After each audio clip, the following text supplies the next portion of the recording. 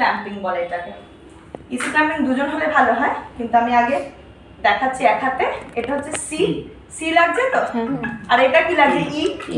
তো আমি সিটা ধরবো এর গলাটাতে, neck of the mouthpiece ধরে, এটা দেখো নোজের মতো লাগছে, নোজের মতোটা যেটা নোজের উপরে রাখলাম, যেটা চিনের মতো চিনের উপরে রাখলাম, চেপে বসালাম, তাহলে পরে এয়ার টাইট হলো। এবার এই যে তিনটে আঙুল ইয়ের মতো আছে, এটা ঠিক ম্যান্ডিবেলের হাড়ের উপরে রাখছি, গলাতে দিচ্ছি না, কিন্তু গলাতে হলে আমার ব্যথা লাগবে, যেমন পেশেন্টের ব্যথা লাগবে, আমি শুধু হাড়ের উপর দেবো। তো সি করলাম, ই করলাম, তো ইসি ক্ল্যাম্পিং হলো, হেড টিল চিন লিফট করলাম, এর এটা সোজা করার চেষ্টা করলাম, এই ব্যাগটাকে আমি আমার থাইয়ের উপর নেব, তাহলে আমার আলাদা করে এটা তুলে রাখতে হবে না। করে 1 সেকেন্ডে একবার করবে দেবো, 1 2 হলো, দুবার, আবার 30 বার পাম্প করবে, আবার 1 2। আর যদি আমি রেস্কিউ ব্রেথ দিই, সেটা 6 সেকেন্ডে একবার, আমার হেল্পার চলে আসলো, তাহলে 1 2 3 4 5 6 1 1 2 3 4 5 6 1। ঠিক আছে, যদি আমার প্রপার ক্ল্যাম্প হয়